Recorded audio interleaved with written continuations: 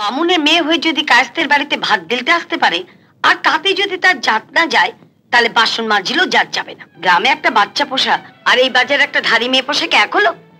উনি বেড়াল পুষেছিলেন বলে ওনার জন্য এখন আমাকে হাতি পুষতে হবে। বাহ, আমি তোকে কবে বললাম রে তোর জামাইবাবু ঘুষ খেয়েছে? না না, তুমি মুখে কিছু বলোনি, তবে তোমার পরনের দামি শাড়িটাই বলে দিচ্ছে।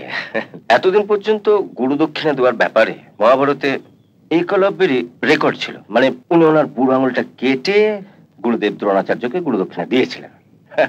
এই ব্যাপারে আপনি একলব্যকে ডিফিট খাই দিয়েছেন। আপনি আপনার নিজের নাকটা কেটে গুরুদেবকে গুরু দক্ষিণা দিলেন। চিনতে পারবো কি বলছেন মাস্টারমশাই? নিজের অতীতকে কেউ কখনো ভুলতে পারে? আপনি আমার মাস্টারমশাই, আমার শিক্ষা গুরু। থাক থাক থাক, আরে প্রণাম কর, প্রণাম কর।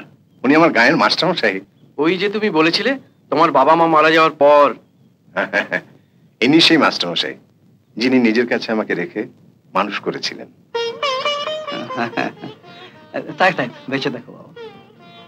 সেদিন যদি মাস্টারমশাই না থাকতেন, আমাকে গায়ের পথে পথে ভিক্ষি করেই খেতে হতো। আপনারা বসুন। ও হ্যাঁ, বসুন মাস্টারমশাই, বসুন।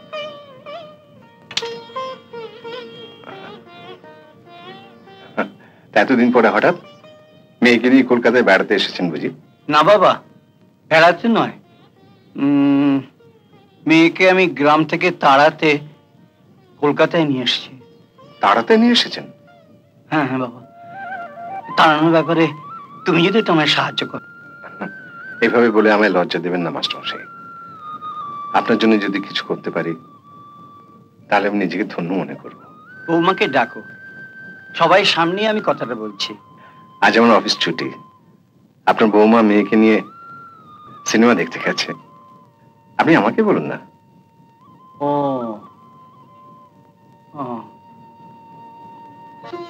মা, এতটা পথ এসেছো, কিছু খাবে? না, দিদিকে তাড়িয়ে দিয়ে আমাকে এখন খাওয়াতে এসেছি। আচ্ছা তুই শোন, আমি যা করেছি তোর ভালোর জন্যই করেছি। আর তোর দিদি তো জলে পড়ে নেই, কলকাতায় তোর বাবার ছাত্রর বাড়িতেই আছে। নিশ্চয়ই থাকবে, ও আমার নিজের মেয়ের মতো, ও এই বাড়িতেই থাকবে। তুমি আমায় নিশ্চিত করলে বাবা, ভগবান তোমার মঙ্গল করবেন।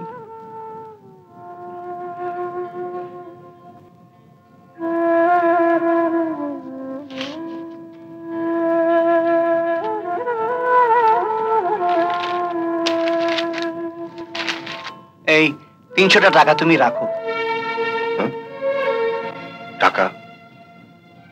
টাকা রাখবো কেন?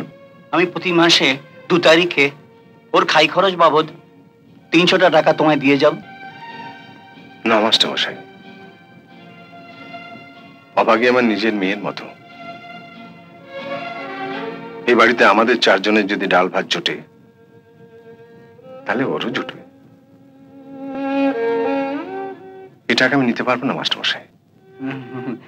আমি জানি, আমি টাকা না দিলেও তুমি যখন আছো তখন অভাগীর এ বাড়িতে কোনো কষ্ট হবে না। বাবা, টাকাটা তোমায় নিতে হবে। বাবা, তুমি প্রত্যেক মাসে এই 300 টাকা করে কোত্থেকে পাবে? কেন? আরো 4টি টিউশনি নেবো। সকালে স্কুলে যাবার আগে 2টো আর রাতে শোবার আগে 2টো। না মাস্টারমশাই, এই বয়সে এত কষ্ট করে। কষ্ট একটু হবে, কিন্তু অভাগী সুখে আছে জানলে কোনো কষ্টই আমার কষ্ট মনে হবে না।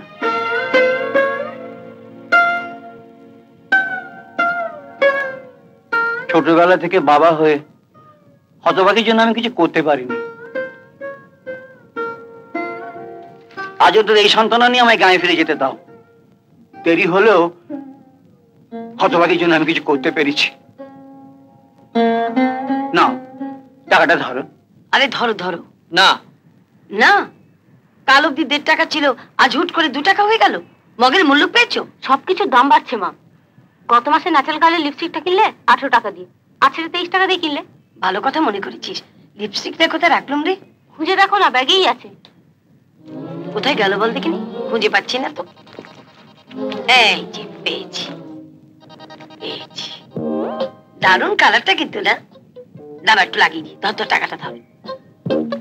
আয়নাটা আবার কোথায় গেল?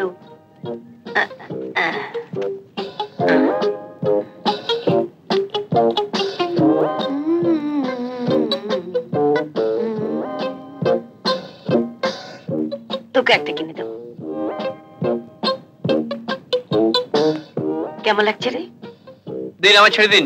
ওভাবে কথা বলো না, তুমি জানো না কার সঙ্গে কথা বলছো।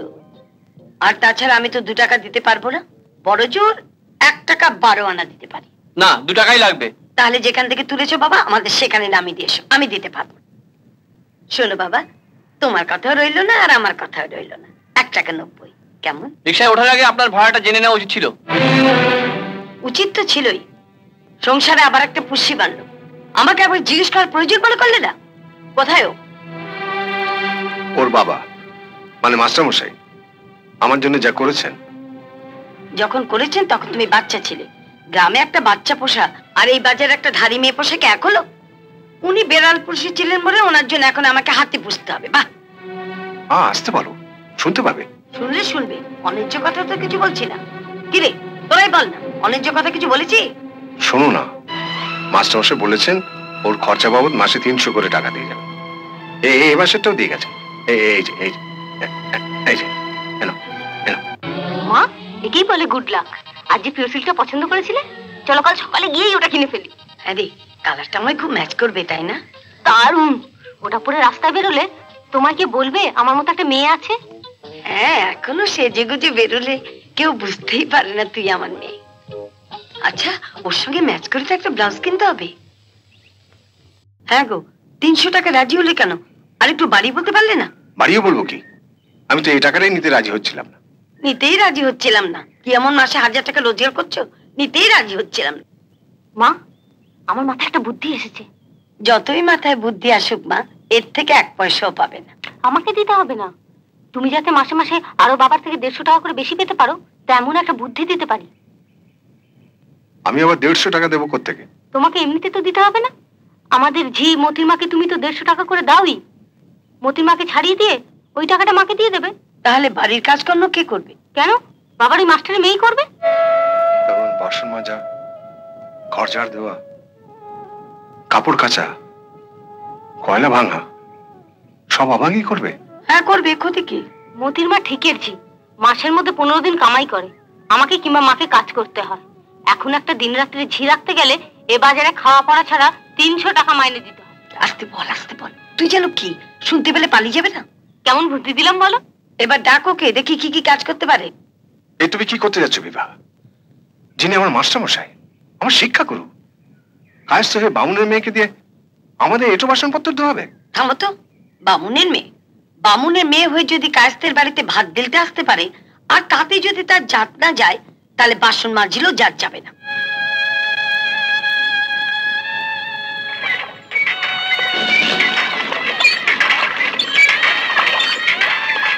অভাগী, এই অভাগী, ভালো করে 1 কাপ চা করে নিয়ে আয় তো, মামা এসেছে। তা জামাইবাবু, এতকাল তো আপনার চরিত্র বেশ ভালোই ছিল, তো হঠাৎ করে অফিসে ঘুষ নেওয়া শুরু করলেন কেন? আমি ঘুষ খেয়েছি? কে বলো তোমায়? হ্যাঁ দিদি।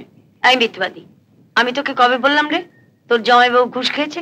না না, তুমি মুখে কিছু বলনি, তবে তোমার পরনের দামি শাড়িটাই বলে দিচ্ছে। মাসের মাঝখানে পরনের এরকম দামি শাড়ি, কি বুঝছেন যাও? এদিকে তো রোজই বলছো তোর জামাইবাবু আমাকে বুড়ি সাজিয়ে রাখছে। এখনই তো সাজার বয়স, এখন যদি একটু সাজুগুজু না করো তো মেয়ের বিয়ে। ওকে দে।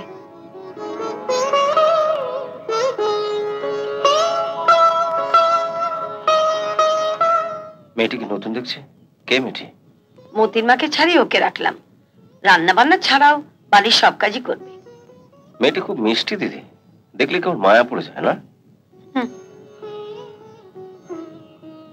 ওকে কত মাইনে দিতে হবে?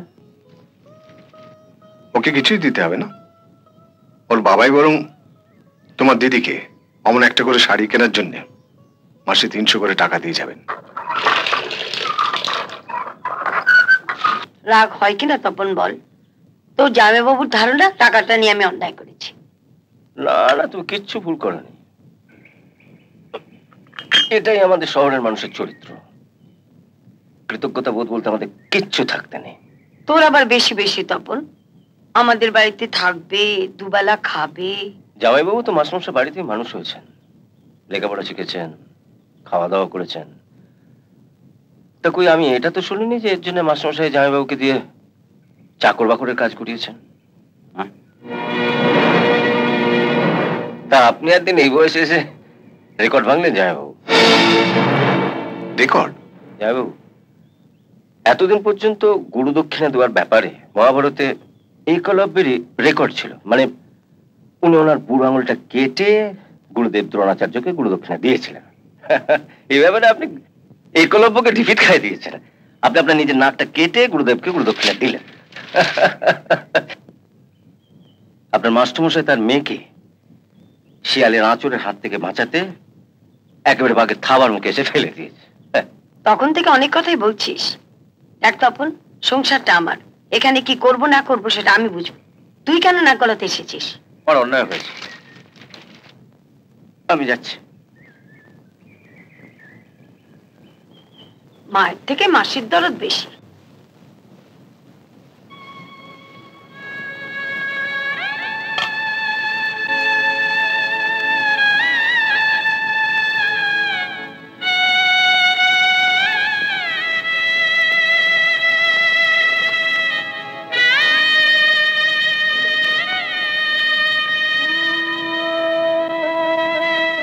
আমি চয়ন আর পিঙ্কির মামা।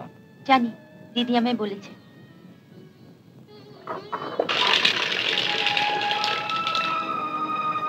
থাক থাক থাক, আজ থেকে আমি তোমারও মামা, কেমন? এখানে যদি কিছু দরকার থাকে কোনো সংকোচ না করে আমাকে বলবে। কি হলো?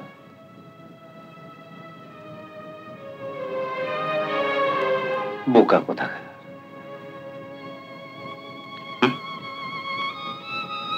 খেয়াল থাকবে তো, যা দরকার হবে আমার কাছে চাইবে। না চাইতে আপনি আমাকে যা দিলেন, বিশ্বাস করুন জন্মাবার পর থেকে এভাবে কেউ কোনোদিন আমার সঙ্গে ভালোবেসে কথা বলেনি। ছোটবেলা থেকে সবাই মার আর গালমন্দ খেতে খেতে বড় হয়েছি মামা।